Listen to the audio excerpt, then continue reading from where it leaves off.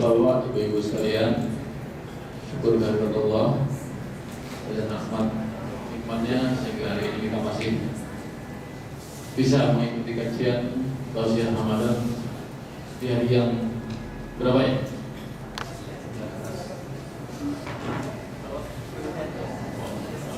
19 ya?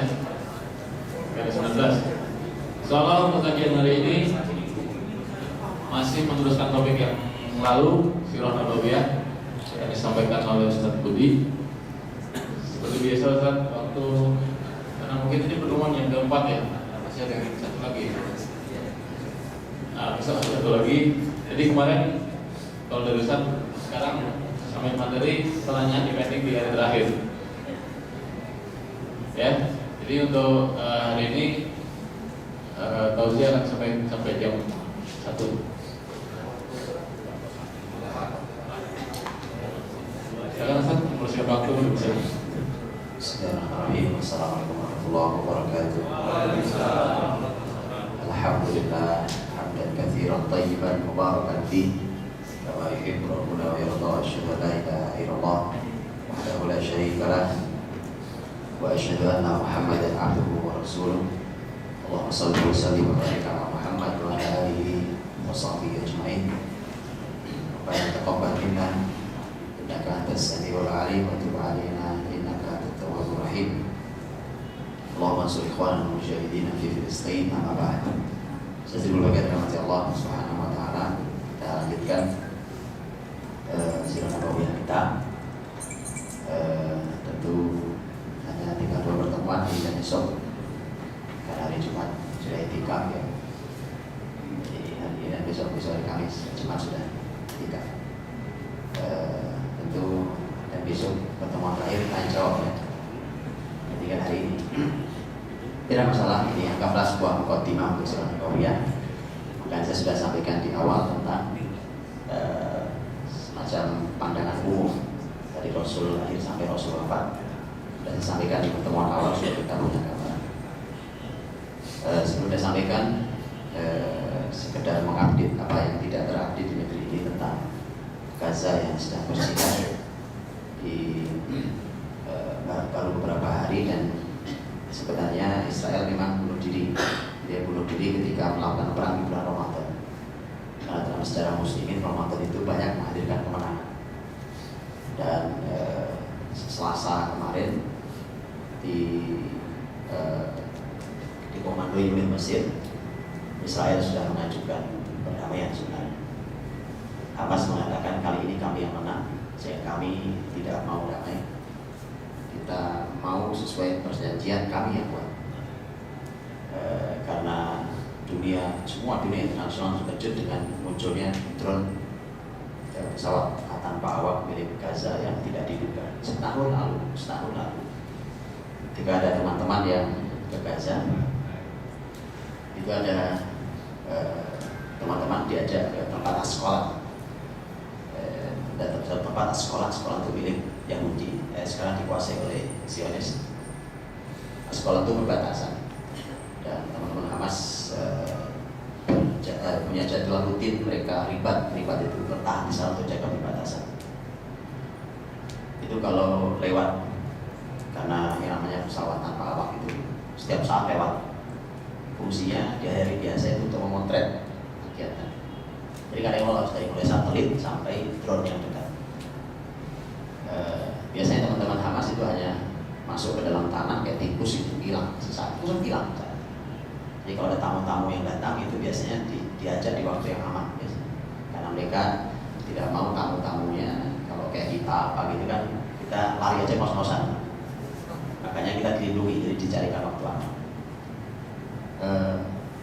Itu mereka tahun lalu masih berkata bahwa untuk semua teknologi Israel kita bisa lawan. Hanya satu ini yang belum bisa kita lawan, drone ini. Bayangkan setahun lalu mereka bicara itu, setahun lalu. Bahkan sampai ada di antara yang hadir di sini teman kita sampai bilang, ini kayaknya mereka harus disumbang drone dari sini. Bagaimana caranya itu peralatan sampai ke sana? Tentu susah sekali. Sampai begitu berpikir. Ada tahu? Hanya setahun yang lalu dan hari ini mereka sudah membuat 3 babil Babil 1, 2, 3. Ya, Babil 1, 2, 3 itu. Kalau teman-teman Hamas di teman-teman Gaza itu dengarkan pesawat wang itu biasa, roket lewat di atas kepala itu. Tapi kalau Israel, dan itu kalimat Quran mengatakan, la yuqatilunakum jami'an illa fi qura muhassanatin aw bi wara'i judur. Dalam surat Al-Hasyr itu akan jumpai orang Yahudi itu karakternya karakter pengecut sekali. Mereka tidak mungkin, mereka bangsa sangat penakut. Makanya nanti waktu belajar Sirah Nabawiyah itu salah satu benteng terkuat mereka adalah Khaybar. Tahun 7 Hijriah, waktu muslimin menaklukkan, itu orang Yahudi itu punya SOP-nya sangat rapi. Makanya salah satu ciri bangsa Yahudi itu SOP-nya rapi. Bukan berarti muslimin tidak rapi, bukan. Tapi SOP ini berbasis pengecut dan rasa takut. Makanya dibuat sangat rapi. Itu kalimat Quran. Ini kalau antum sempat baca Khaybar, ya, baca Khaybar, bagaimana mereka meletakkan perempuan, bagaimana kalau ada sebuah masalah yang menakutkan, kemana mereka larinya. Setelah selesai, kalau si masalah lagi masuk kemana lagi, itu semua SOP-nya sudah berjalan dengan baik. Tapi semua SOP Yahudi itu selesai oleh muslimin sebentar ya, lama-lama. Kalau semua SOP serapi apapun selesai, sehingga kecanggihan teknologi bahkan hari ini itu oleh teman-teman Hamas sederhana. Ya, bahkan dunia maya gitu, secanggih apalah pertahanan mereka itu tembus. Anda tahu, masalahnya bukan sekedar itu. Masalahnya adalah pertanyaan serius berikutnya adalah dari mana teman-teman Hamas belajar semua itu? Benar. Antum boleh tanya setiap ada orang Palestina yang tinggal di Gaza, kemudian antum tanya tentang ini, dari mana Anda belajar? Jawabannya satu. Semua ini kami dapat dari Allah Subhanahu wa taala. Karena tidak ada jawaban. Apa maksudnya? Mereka kuliah nggak bisa. Mau kuliah di mana? Kalau ketahuan anak Hamas itu nggak mungkin. Oh iya. Mereka yang di luar, yang sudah punya ilmu di luar Gaza, masuk ke Gaza tidak bisa. Yang di Gaza keluar tidak bisa. Jadi seperti itu keadaannya. Dari mana mereka? Dalam waktu sangat cepat. Itulah makanya teman-teman ya. Jadi keyakinan orang beriman, wattaqullah wa yu'allimukumullah, bertakwalah kalian pada Allah dan Allah ajarkan ilmu pada kalian. Dan itu keyakinan mereka kuat sekali. Dan setiap ini dan semua juru bicara Hamas resmi mengatakan bahwa ini belum. Kalau perang dilanjutkan, kami tunjukkan kejutan yang lain. Ini belum sebenarnya. Kami tunjukkan kejutan lain. Ya. Untuk membaca laporan Usama Hamdan itu jubirnya Hamas yang di Libanon. Dan membaca laporan dia buka puasa kemarin, buka puasa dia buatkan laporan resmi yang dilakukan. Ya. Dan bahkan mereka bilang semua roket yang dikirimkan itu, semua roket itu dalam beberapa jam Hamas sudah membuat lagi yang sama. Menarik. Produksi itu perlu barangnya, bahan bakunya, perlu ilmunya. 2001 bulan Juni roket pertama lepas itu cuma setengah kilo jatuhnya, jatuh. Roket pertama 2001. Sekarang sudah lebih dari 80 kilo lewat Tel Aviv, sudah lewat. Dan sampai 2 hari yang lalu kalau nggak salah itu sudah 571 roket mereka lepaskan. Dan Iron Dome-nya Yahudi tidak mampu menangkap itu. Dan kalau Hamas dihujani, buat mereka selalu katakan, buat kami mengajar saya itu di kami cinta daripada kehidupan ini. Itu biasa. Jadi teman-teman Hamas itu hal biasa di Palestina masyarakat. Tapi Israel itu begitu lewat mujizat dan kiamat buat mereka. Karena buat mereka segala-galanya kehidupan ini dunia. Baik, sekedar mengupdate apa yang tidak terupdate silakan dibaca di dunia maya yang mudah-mudahan, karena berita di negeri ini kadang-kadang tidak jernih, jadi saya suka jernihkan beritanya. Dan, makanya saya kalau info-info begini saya akan cek berita itu tidak, seperti saya katakan di awal, saya akan cek berita tidak hanya melalui tulisan ibu bahasa Indonesia, karena mengingat betapa keruhnya media di negeri ini. Baik, teman-teman Allah SWT, dan bicara tentang mereka itu bukan sekedar bicara perang. Yang perlu teman-teman tahu bicara tentang kecerdasan, keberanian, keahlian, kreativitas, usia muda yang luar biasa kreatif. semua ada di mereka. Ya, silakan dibaca. Baik, kita lanjutkan. Sirah Nabawiyah kita terakhir kita membahas tentang masalah nasab, ya. Kemudian hari ini kita mau bahas selanjutnya. Kalau dibuat rentang usianya itu rentang usia antara 0 sampai 5 tahun.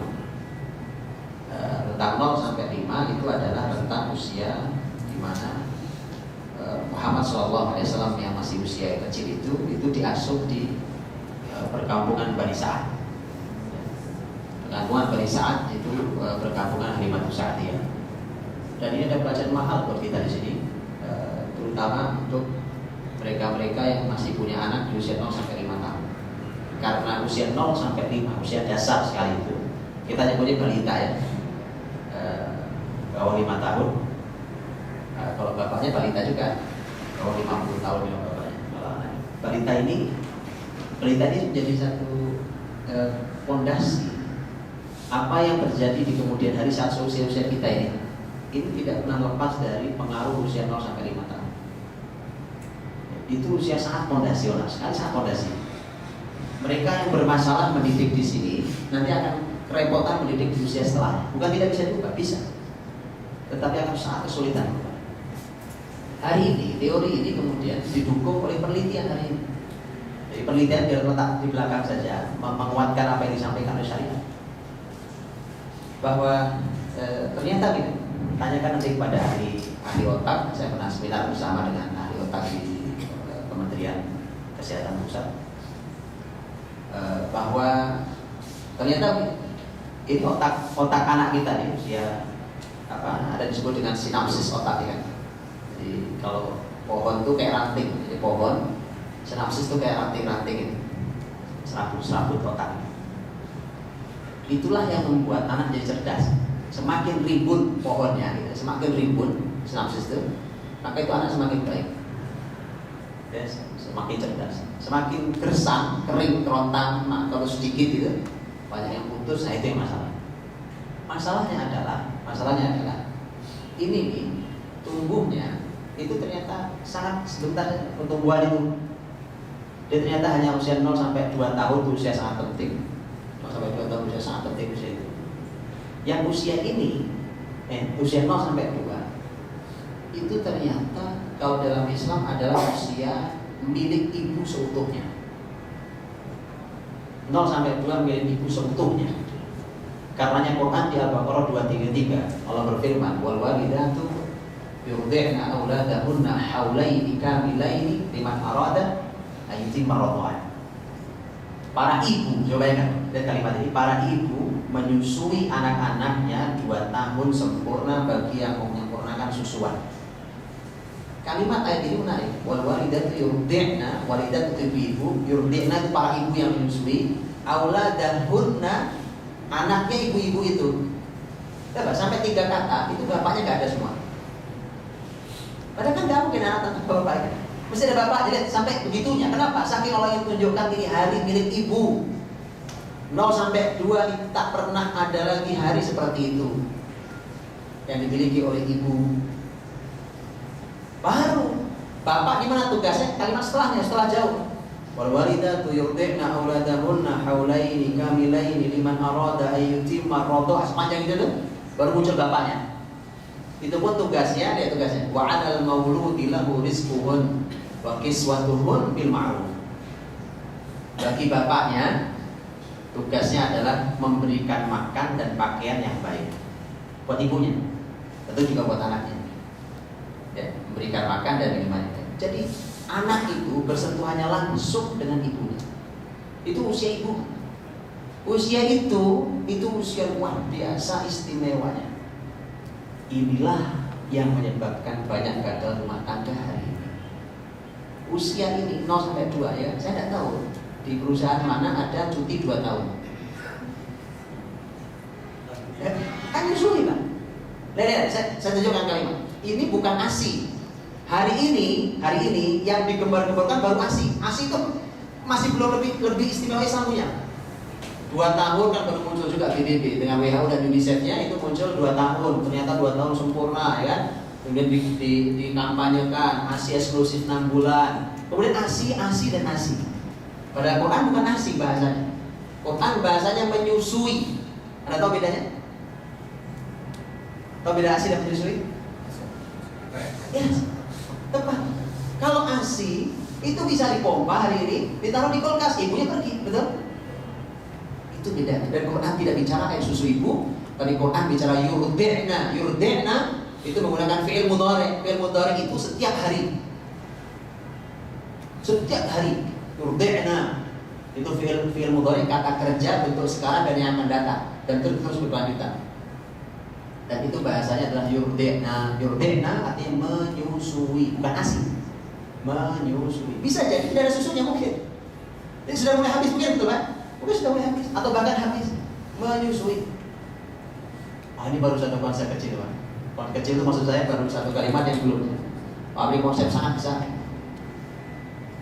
Itu konsep dalam Islam ini kalau diterapkan, Masya Allah. Anda tahu tentang susuan itu? Quran ketika membahas tentang masalah bakti anak pada orang tua. Bakti anak pada orang. Semua kita orang tua dan kita nanti diberikan Allah keturunan atau sudah diberikan keturunan. Dan semua kita berharap anak kita semua ngerti bakti kita pada kita sebagai orang tuanya. Terutama nanti kalau usia kita sudah senja ya, kita akan mulai merasakan ya Allah nikmat punya anak. Ya anak yang ngerti bakti pada orang tua. Bukan anak yang kaya saja. Bukan sekedar kaya, tapi anak yang ngerti bakti pada orang tua.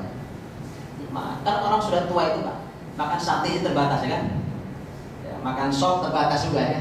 Gak semua bisa dimakan. Jadi anak sekaya apapun, ayo ya kita jalan-jalan keliling dunia. Ini udah gak karuan dirasa jadi kan? Kaki ini sudah dunia ada batas. Kalau sudah tua Pak, bukan itu yang diharap. Anak ngerti bakti pada orang tuanya. Mungkin sekedar anak senyum pada orang tuanya, atau beramah-ramah di pagi hari, atau menelpon kalau dia jauh, selalu bukan sekedar uang. Nah itu saat seperti itu ternyata Quran mengatakan tentang bakti seorang anak pada orang tuanya. Bisa buka di Al-Ahqaf 15 atau surah Luqman. Surah Luqman juga sama, ya nasihat Luqman pada anaknya ayat 14 bisa kita buka itu. Nah ternyata bakti itu adalah sesuatu yang akan kita dapatkan sebagai orang tua kalau kita bayar 3 poin. Ini sering kita tidak sadar. Kadang-kadang gitu, anak saya kenapa ya Pak nakal banget kan, susah banget diatur. Iya, dulu Anda nggak bayar oke barangnya. Kita nggak pernah bayar Pak. Kita mengabaikan itu, tiba-tiba sekarang kita pengen meminta baktinya. Dulu Anda bukan. Walaupun anak nggak bakti, wah salah. Bukan dibenarkan kalimat ini bukan. Maka lihat, apa itu? Poin dan poin ini semua milik ibu. Makanya pantas kalau ibu itu punya 3 kali lipat di atas ayah. 3 poin ini. Para ulama sebagian mengatakan mengapa ibu punya nilai di atas ayah karena 3 poin yang tidak bisa dilakukan ayah. Al-Ahqaf 15. Wasainal insana biwalidayhi ihsana, hamalathu ummuhu kurha, wada'athu kurha, wa hamluhu wa fisaluhu 30 syahra. Kami perintahkan pada manusia untuk berbakti pada kedua orang tuanya. Coba lihat, berbuat baik pada kedua orang tuanya. Kenapa? Karena ibunya, orang tua itu bukan cuma ibu, ada ibu bapak. Lihat betapa mahalnya ibu. Dan ibu itu ternyata istimewanya karena 3 ini, Pak. Istimewanya wanita karena 3 ini. Hamalathu ummuhu kurha, ibunya hamil susah payah. Wada'athu kurha, melahirkan juga susah payah. 2. Wa hamluhu wa fisaluhu 30 syahra, hamil dan menyusui. Hamil sampai menyaping susuan. Ini 2 tahun sempurna katanya. 2 tahun sempurna. Jadi apa?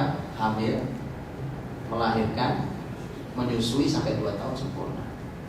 Ini kalau kita bayar waktu anak kita masih kecil, ini mumpung masih muda-muda, dan kayaknya dia belum nikah. Nah, mumpung masih muda, yang udah kelewat istighfar yang banyak ya. Sudah kelewat apa lagi? Kalau salah istighfar yang banyak. Mudah-mudahan Allah berikan anak itu, Allah kembalikan pada kita. Jika orang istighfar, orang taubat seperti tidak punya dosa kan? Mudah-mudahan kalau dosa sudah dihapuskan, Allah kembalikan tuh anak pada kita. Kalau mereka bakti pada kita. Ya. Yang belum terlambat atau yang sudah terlambat mau punya anak lagi bagus nih, jadi pegangan kan. Gitu. Jadi hati-hati. Bayar ini dengan baik. Ini harga yang harus kita bayar. Kalau hamil dengan susah payah, hamil. Orang ridho saat hamil kan, nyamannya, senang, bahagia. Susah payah. Begitu lahir juga susah payah. Susah payah. Begitu juga menyusui 2 tahun sampai dia sampai susu. Susah payah. 2 tahun. Ya, jangan diabaikan. Jadi ternyata wanita itu hamil, melahirkan, menyusui itu aktivitas mulia seorang wanita. Hari ini itu dihina oleh kita, makanya kita kualat. Quran dihina ya. Karena kualat makanya. Bukti dihina begini. Itu kalau ada perempuan hamil, ya kan? Kakaknya itu belum lagi bisa jalan, Pak. Hamil lagi. Apa kata orang? Ya? Orang bilang apa ya? Ini macam-macam kalimatnya. Macam-macam kalimatnya. Hamil lagi. Nanyanya aja gak enak. Hamil lagi. Coba. Dia sih tidak menunjukkan sesuatu yang benci, tapi intonasinya Anda sudah paham kan? Ada siapa? Hamil lagi, Cek. Ya. Sudah gitu jawabannya juga gak enak. Iya nih kebobolan. Tidak adakah bahasa yang lebih mulia? Adakah bahasa yang lebih mulia untuk anak yang kelak membahagiakan kita? Apa nanti kita tidak malu? Kita punya anak 4 umpamanya, ternyata anak yang tidak kita terima kelahiran inilah yang kelak akan memuliakan kita di antara yang lain. Apa nggak malu nanti kita? Subhanallah. Tak adakah kalimat yang lebih mulia, lebih indah untuk anak yang luar biasa ini? Itu. Kenapa? Karena cara berpikir kita sudah dipengaruhi banyak pemikiran dari luar Islam. Sehingga kalau hamil lagi itu dianggap sebuah kehinaan buat wanita. Itu kemuliaan buat wanita. Itu kemuliaan buat wanita. Ya, baik. Rasulullah SAW waktu usia kecil itu beliau diasuh di Halimatus Sa'diyah. Ini juga pembahasan. Halimatus Sa'diyah itu adalah ibu susuannya. Nabi Muhammad itu sempat disusui oleh ibunya sebentar, kemudian oleh Thuwaibah sebentar. Thuwaibah itu adalah mantan budaknya Abu Lahab. Abu Lahab itu pamannya Nabi. Nah, Thuwaibah itu mantan budaknya Abu Lahab. Waktu usia kurang lebih seminggu, usia Muhammad SAW seminggu, itu dibawa oleh Halimatus Sa'diyah ke kampungnya, kampung Bani Sa'ad namanya. Maka kita mengenalnya Halimah Sa'diyah. As-Sa'diyah dari kampung Bani Sa'ad. As-Sa'diyah dari Bani Sa'ad. Di sini ada banyak sekali pelajaran. Ada yang bertanya tentang mengapa disusui oleh orang lain, mengapa tidak disusui oleh ibunya sendiri. Ini pertanyaan sendiri kan? Dalam Islam sepakat bahwa disusui oleh orang tuanya sendiri itu lebih baik daripada disusui oleh orang lain. Itu sepakat. Bersyukur ketika orang tuanya adalah orang tua yang baik. Karena ternyata kita tahu menyusui anak itu bukan hanya sekedar memindahkan nutrisi, bukan sekedar nyuapi gizi, bukan cuma itu, tapi termasuk sifat ibunya, kebaikan ibunya, akhlak ibunya, sampai kerusakan ibunya. Disinilah masalahnya. Kalau laki-laki mendapat istri yang gak jelas. Dan disinilah masalahnya kalau ada laki-laki yang sangat pemberani dengan mengatakan begini, gak apa-apa Pak, istri saya agamanya rendah, yang penting saya ngajari. Begitu cepat punya anak, antum cepat punya anak. Nah, ini masalah. Ini masalah. Kalau ternyata istri yang antum didik itu belum baik, halo, belum nemunya begitu ya, harus itu. Makanya tidak sesederhana itu. Nah, inilah yang kemudian kita jadi pelajaran. Mengapa Nabi Muhammad SAW justru beliau disusukan ke orang lain, bukan ibunya sendiri. Ibunya ada kok, sehat ibunya, gak ada masalah. Poin pertama adalah karena ini dulu merupakan kebiasaan orang-orang Arab kaya. Karena orang-orang Arab terhormat itu punya kebiasaan mereka menyusukan anaknya kepada orang lain. Bahkan ini juga menambah prestis di keluarga-keluarga itu. Mengapa? Karena tidak mungkin menyusukan anak atau cucunya ke orang lain kecuali dia punya uang. Bayar. bukan gratis, bayar. Jadi kalau orang yang biasa yang tidak punya uang tidak mungkin. Jadi ada prestisnya juga. Oh, orang kaya nih. Dia susukan anaknya ke orang lain. Ya. Saya ngomong panjang susu kan Pak beli susu juga. Ya. Jadi disusukan ke orang lain. Nah, tapi ada pelajaran yang lain selain mahal. Kedua adalah Allah Subhanahu wa taala. Tadi saya sudah katakan, di masa ini, masa-masa penting ini, 0 sampai 2, 0 sampai 5, 0 sampai 2, 2 sampai 5. Itu Allah titipkan di keluarga yang baik. Halimah Sa'diyah dan keluarganya adalah keluarga yang baik, dari suaminya, Halimahnya, sampai anak-anaknya. Muncul pertanyaan, bukan? Dan memangnya ibunya gak baik, Pak? Gitu kan? Pertanyaan? Nah, pertama, masyarakat Mekah adalah masyarakat musyrik. Yang lain juga musyrik, Pak. Tetapi Mekah itu namanya kota besar. Contoh kota besar kan? Kota besar kayak begini nih, kerusakannya kampung juga rusak, betul? Tapi itu lihat kerusakannya.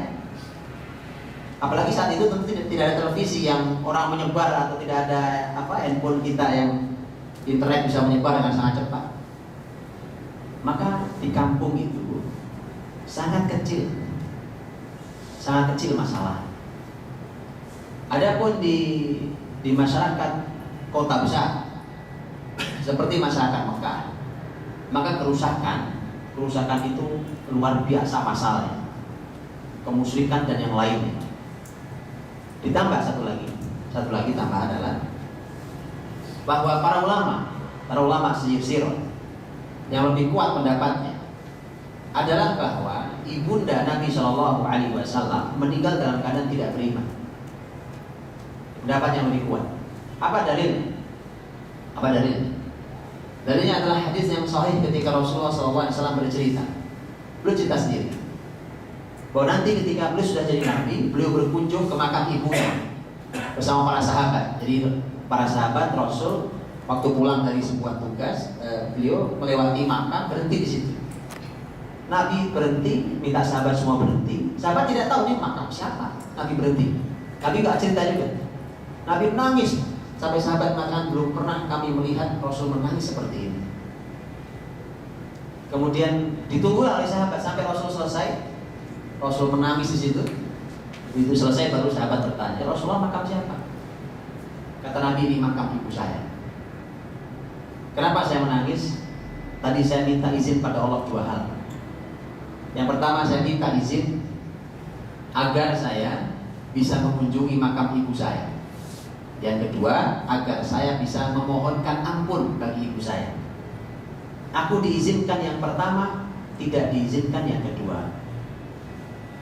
Jadi apa yang diizinkan? Dan diizinkan mengunjungi makam. Apa yang tidak diizinkan? Memohonkan ampun. Kita sebagai anak, kalau sama orang tua yang sudah meninggal, diizinkan atau tidak diizinkan mohonkan ampun? Diperintah, bukan diizinkan, diperintah malah, betul kan? Diperintah kita. Kapan seseorang dilarang? Nah, kapan seseorang dilarang untuk memohonkan ampun bagi orang tuanya sendiri atau kerabatnya atau orang lain? Ketika yang meninggal berbeda agama, berbeda akidah. Makanya berbeda. Dan itulah para ulama mengatakan ini yang kuat pendapatnya. Dia kuat pendapatnya. Adapun tulisan Imam As-Suyuti sudah dibantah satu persatu oleh para ulama tentang tulisan ini.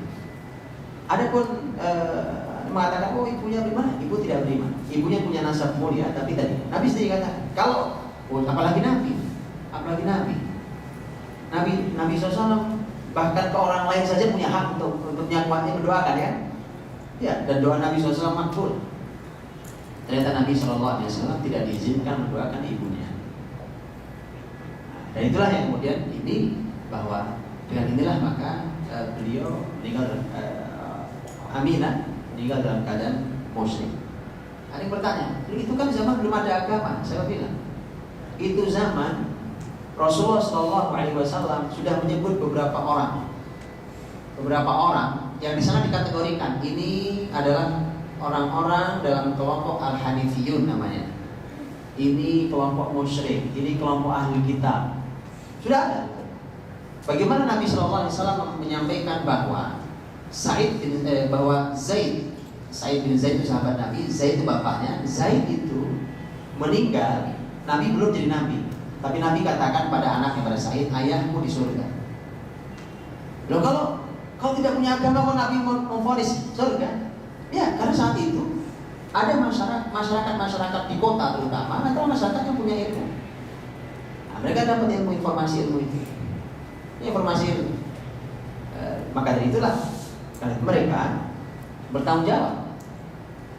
Adapun masa fatrah yang disebut masa ketiadaan Rasul itu di masyarakat yang benar-benar tidak sampai informasi, baru mereka nanti akan diuji di akhirat. Tapi yang sampai informasi, yang tahu informasinya, maka mereka.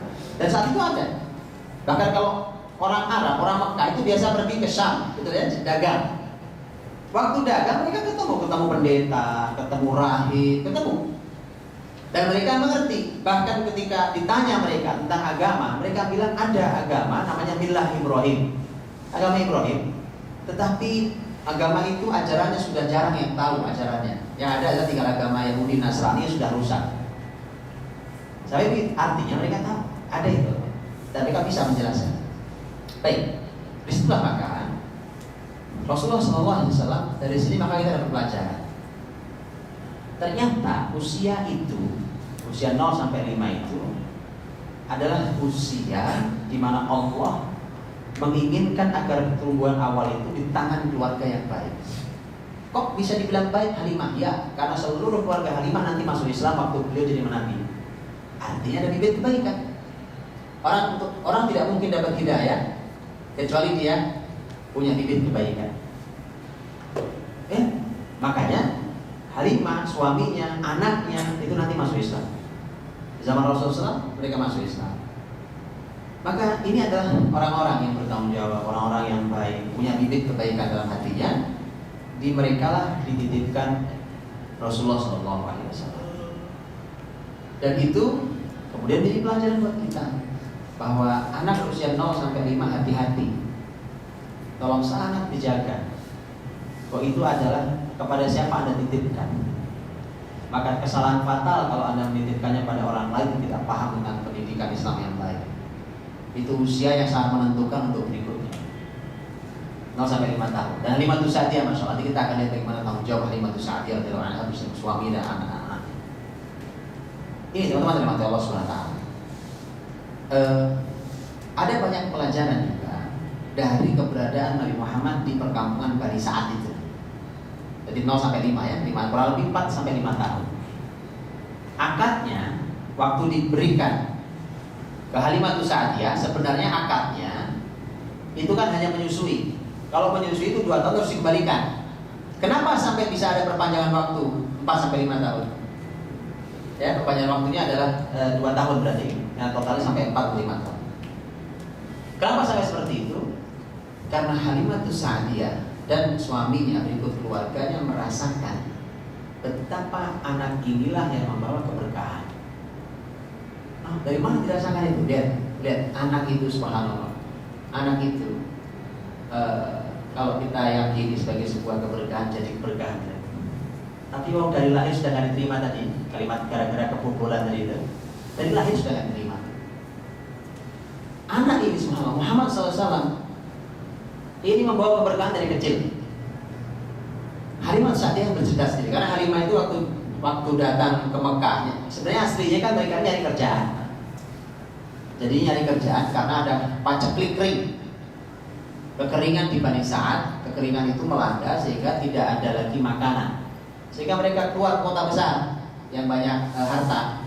Keluarlah mereka ke Mekah. Para ibu yang punya anak, kan punya susu itu mencari pekerjaan dengan mengambil anak susuan. Nanti mereka dapat upah dari situ.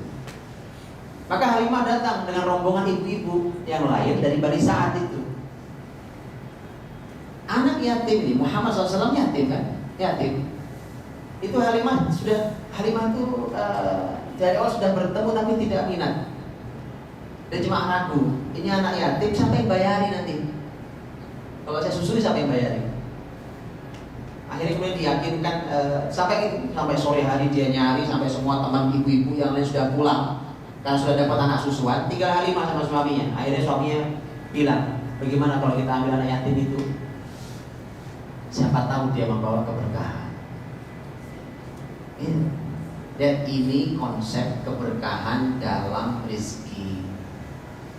Jadi rezeki itu bukan sekedar banyak, tapi berkah.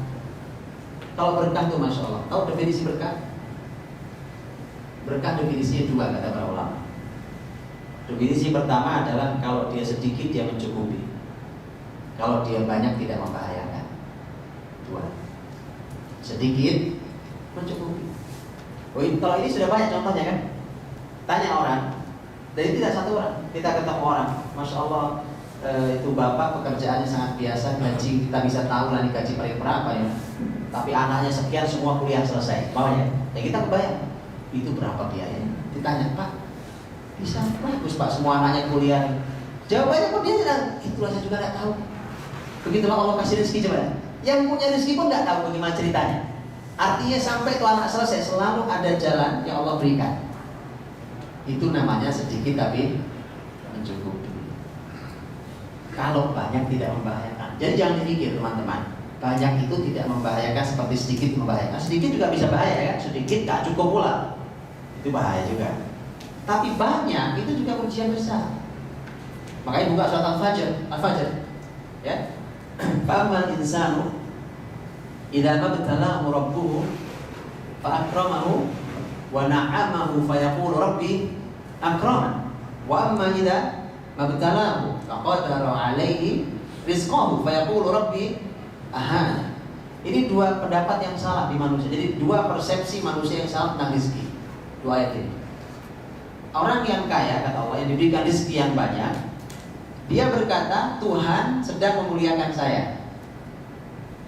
Adapun yang sempit rezeki berkata Tuhan sedang menghina saya dan merendahkan saya. Ya, ini dua persepsi yang dua-duanya salah. Orang yang kaya merasa dia sedang dekat dimuliakan oleh Tuhan gara-gara kekayaan itu, buktinya itu salah fatal. Itu salah fatal. Kok Anda yakin ada orang kaya? Iya Pak, bukti saya kaya. Itu salah. Kalau nggak baik saya Tuhan nggak mau ngasih rezeki, itu salah. Itu keyakinan yang salah. Ini ayatnya. Keyakinan yang salah juga pada orang miskin. Orang yang rezekinya sempit, dia merasa itu bukti bahwa dia sedang dijatuhkan Tuhan. Salah. Bahwa dia sedang tidak dicintai Allah. Itu salah. Itu salah dua-duanya. Maka itu berkah. Jadi kalau sedikit dia cukup, kalau banyak tidak membahayakan. Kalau banyak membahayakan juga gitu ya. Insya Allah waktu masih kekurangan salat rajin, dikir Masya Allah pagi sore dikir ya, tambah duha plus dia mulai tambah Senin Kamis puasanya kan, Masya Allah. Nah, begitu rezeki mulai naik, kesibukan luar biasa, lelah luar biasa, semua serba tidak sempat sekarang. Ya, jadi nanti kalau sudah lama-lama bergeser itu, digeser pelan-pelan oleh setan, ujung-ujungnya ngambil yang subhat, gak cukup masuk yang haram. Kalau sudah begitu keadaannya, nah itu sudah setan sudah berhasil. Kalau sudah begitu, harta yang hasil dari situ di kepalanya, pikirannya jelek. Oh hartanya harta jelek, ya kan? Masuk jelek, keluar jelek. Maka di pikirannya ini duit buat apa nih? Ya, pikirannya jelek-jelek semua itu tentang uang itu. Ya, itu namanya banyak tapi baik. Maka ini keberkahan. Apa yang dirasakan Halimah? Nah, Halimah itu kan tadi saya bilang seluruh wilayah pacaklik. Ontanya Halimah yang dinaiki Halimah itu yang dibawa dari Bani Sa'ad ke kampungnya. Saya belum sampaikan ya. Kampung Bani Sa'ad itu dari Mekah jaraknya 170 kilo kurang lebih. 170 kilo, bukan kampung sebelah.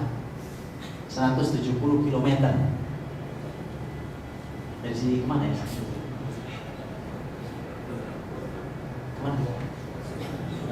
Bandung. Garut. Ya. 170 kilo berarti. Itu ke kampung wisata. Bayangkan anak umur seminggu, bayi merah kan? Ya, hari ini kita kalau belum 3 bulan anak belum berani kita bawa ya kan? Anak umur seminggu kecil dibawa ke perjalanan 170 km. Nggak pakai mobil berhasil kan? Pakai onta di padang pasir. dalam pasir, insya Allah. Nah, ibu-ibu ini kan datang dengan keadaan miskin, paceklik gitu, kemudian unta mereka kurus. Yang paling lambat itu untanya Halimah. Halimah itu untanya sampai juga kuat jalan. Saking lemahnya unta, karena nggak makan. Kalau unta juga nggak ada makan, orang aja nggak ada makan, lagi untanya. Begitu pula dapat ini anak yatim Muhammad SAW. Semua orang bertanya, karena hanya beberapa waktu tidak lama, beberapa hari setelah itu dijumpai semua kambingnya, ontanya Halimah, itu semua gemuk-gemuk. Susunya itu banyak, susunya kambing sama onta itu banyak. Orang nanya ke Halimah ini bukannya onta yang kemarin kau pakai ke Mekah? Kata Halimah, iya. Kenapa emang? Kok bisa segemuk ini susunya? Iya. Kata Halimah, tidak ada jawaban kecuali anak ini. Dan Halimah juga tidak tahu. Ini anak kan tidak ada yang tahu. Ini anak mau nanti jadi apa?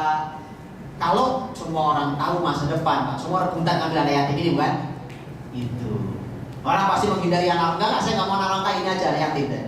Kalau orang tahu masa depan, karena kita tidak tahu masa depan, maka dari itu terimalah semua anak sebagai sebuah keistimewaan. Karena kita nggak tahu. Coba, siapa yang tahu? Di antara rahim kita inilah lahir di antara mereka orang-orang besar di negeri ini. Kan kita nggak pernah tahu ya.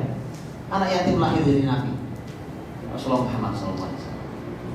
Nah, maka Halimah merasakan betul. Kata Halimah, tidak ada kembali keberkahan anak ini. Makanya waktu 2 tahun menyusui, kemudian sudah selesai masa susuan, Halimah kan punya tugas mengembalikan. Begitu dikembalikan ke ibunya, Halimah merayu ibunya. Pokoknya intinya adalah bagaimana caranya supaya anak ini bisa dibawa lagi pulang kampung Barisan. Jadi ini anak saking berkahnya gitu. Kita semua bisa merasakan ini kalau antum maknai anak sebagai makna sebuah anugerah, sebuah nikmat. Kita akan bisa merasakan bahwa setiap anak membawa keberkahan istri-istri. Ya, makanya kalau anaknya 1 berkahnya 1, anaknya 2 berkahnya 2, anaknya 7 berkahnya 7. Jadi pilih yang mana? 2 apa 7? Kalau orang cerdas pasti pilih 7, mau berkahnya 7. Ya kan itu. Oh, setiap anak datang, anak datang, mohon maaf nih. Ini suka kita sombong jadi orang tua. Kalau Rasul sudah ingatkan, anak tuh nggak ada yang numpang hidup sama kita. Kita ini sombong sekali. Kita berpikir nih anak bayi belum bisa ngapa-ngapain, kita pikir numpang hidup. Sombong amat menjadi manusia. Rasul sampaikan, kita semua tahu hadisnya. Inna hadakum yujma'u khalqu fi batni ummi 40 yawman nutfah, dan seterusnya. Setiap kalian, kata Nabi, diciptakan di rahim ibunya 40 hari nutfah. Nutfah itu ketika terjadi pertemuan sperma ovum itu mulai terjadi pembuahan, terus kemudian menjadi alaqah, menjadi mudghah, jadi segumpal daging. Itu 40 hari, 120 hari. 120 hari Nabi katakan, "Tsumma yursalu ilaihil malak." Kemudian di 120 hari itu, setelah itu Allah kirimkan malaikat. Di setiap rahim lebih dari 120 hari Allah kirimkan malaikat. Yang ini kedokteran nggak ngerti ini. Yang ini kedokteran tidak mengerti. Kalau yang tadi nutfah, mudghah, alaqah, mudghah, kedokteran ngerti. Tapi kalau dikirim malaikat nggak ngerti. Wa yu'maru bi arba'i kalimat. Diperintahkan malaikat itu untuk mencatat 4 hal. Untuk si rajin, janin yang masih usia 120 harian, ya, bikat birizqihi wa ajalihi wa amalihi wa syaqiyyun aw sa'id. Diperintahkan mencatat 4 hal. Mencatat tentang rizkinya, ajalnya, amalnya, bahagia atau sengsara. Atau itu. Makanya Quran mengatakan, wala taqtulu auladakum khasyata imlaq. Oleh ayat lain, wala taqtulu auladakum min imlaq. Kalau yang min imlaq, Quran mengatakan kalau yang khasyata imlaq, jangan kalian bunuh anak kalian karena takut miskin. Kalau yang satu lagi, jangan kalian bunuh anak kalian karena miskin. Beda ya? Beda. Yang satu baru takut, baru analisa, ya, baru inflasi, baru ini, semua harga naik, kuliah mahal, sekolah mahal, itu semua ketakutan. Quran mengatakan jangan bunuh anak kalian takut miskin, ataupun memang sudah benar-benar miskin. Tidak boleh dua-duanya. Sampai Allah kasih jaminan. Ya, sampai Allah kasih jaminan. Yang berbicara tentang takut miskin, kata Allah, nahnu narzuquhum wa iyyakum. Kami, kata Allah, yang berikan rezeki pada mereka, pada anak-anakmu dan pada kalian semua. Jadi jangan sombong. Masing-masing itu sudah bawa rezeki. Itu benar. Quran bicara. Allah yang menciptakan manusia mengatakan, kami yang berikan rezeki pada mereka, pada anak-anakmu yang mau lahir nih, atau sudah lahir nih, dan pada kalian sebagai bapak ibunya. Subhanallah, kan? Kita selama ini menduga atau menganggap, kan kita kemakan teori Yahudi. Ada teori Yahudi memang bicara tentang tingkat kesejahteraan itu, ya, berbanding lurus dengan pertumbuhan populasi penduduk, ya. Jadi saya ngomong begini di mana-mana, makanya dimarahin sama BKKBN. Karena kalau begini logikanya terbangun, ya kan? Tentu saya tidak mengajari orang bunuh diri, saya mengajari orang untuk menyiapkan semuanya dengan rapi, dengan baik. Oh iya, siapkan itu, atur kelahiran dengan baik, silahkan. Karena masing-masing punya hak untuk tumbuh dengan baik, ibunya punya hak untuk istirahat, dan silakan. Tetapi dalam Islam kita diajari memang tidak seperti konsep ini. Dan bagi antum yang punya keyakinan sekuat itu, antum benar-benar bisa bercerita kepada orang bahwa kita merasakan berkah seperti apa kita. Beda-beda keberkahan. Semakin tumbuh, semakin anak tambah, berkah luar biasa. Ya, baik. Habis waktunya. Habis seperti itu. Ya, jadi teman-teman dirahmati Allah SWT. Terakhir saya sampaikan di Bani Sa'ad itu, sebenarnya salah satu pelajaran mahalnya adalah di usia 0 sampai 5 itu saya sering menyebut dengan usia karantina. Jadi usia di karantina. Jadi jangan merusak anak di usia 0 sampai 5. Ini ibarat pohon masih tunas. Tunas itu teman-teman tahu tunas ya? Kita pernah tumbuh tunas yang hijau itu yang masih muda sekali. Itu tidak usah Anda tendang, tidak usah Anda sentil gitu. Pasti rontoknya. Itu antum lewat aja gitu. Lewat kena angin, jatuh ya. Itu saking lemahnya tunas. Akhlak masih lemah, akidah masih lemah, fisik masih lemah ya. Makanya itu usia kerja, tolong anak usia 0 sampai 5 jangan dirusak dengan media, dengan TV, dengan kebiasaan jelek bapak ibunya, dengan pertemanan yang jelek, dengan kalimat-kalimat yang kasar. Jangan rusak. Ini usia karantina 0 sampai 5 dan ini menentukan untuk mereka di kemudian hari. Makanya Allah asingkan calon nabinya, calon manusia terbesar ini Allah asingkan di perkampungan yang jauh 170 km dari kota besar. Jauh sekali, jauhi ini kota besar ini rusak sekali. Maka kita tahu, Mekah dengan musyrik. Jauhi. Nah, kemudian tadi, misalnya para ulama mengatakan Muhammad kecil banyak belajar tentang kefasihan bahasa, tentang kesehatan fisik. Karena kita tahu Mekah itu lembah, Bani Sa'ad itu bukit. Sampai sekarang udara sejuk. Ah, itu cocok. Ya, secara fisik lembah nih. Kalau ada suara aja dia menggema di mana-mana. Kalau orang teriak gitu, karena gunung batu sendiri menggema. Jadi kalau ada wabah gitu, muter-muter di situ. Nah, kalau di sana di Bani Sa'ad itu di bukit. Jadi sejuk, udara sejuk, cocok secara fisik bagus pertumbuhannya, secara mental bagus, secara keterampilan bagus, secara bahasa bagus dan seterusnya. Itu penting diperhatikan terus. Wallahu a'lam bishawab. Assalamualaikum warahmatullahi wabarakatuh. Kemudian kajian kita hari ini semoga kita bisa mengambil hikmah dari apa yang tadi diberikan oleh Ustaz. Insyaallah. Untuk besok kita masih ada sedang lebih lagi. Jadi mungkin teman-teman yang ada pertanyaan bisa disiapin dan besok langsung kita sesinya tanya jawab langsung. Jadi interaktif aja besok. Demikian, ada kurang lebihnya mohon maaf. Kita tutup dengan doa kafaratul majelis. Subhanakallahumma wa bihamdika asyhadu an la ilaha illa anta astaghfiruka wa atubu ilaik. Assalamualaikum warahmatullahi wabarakatuh.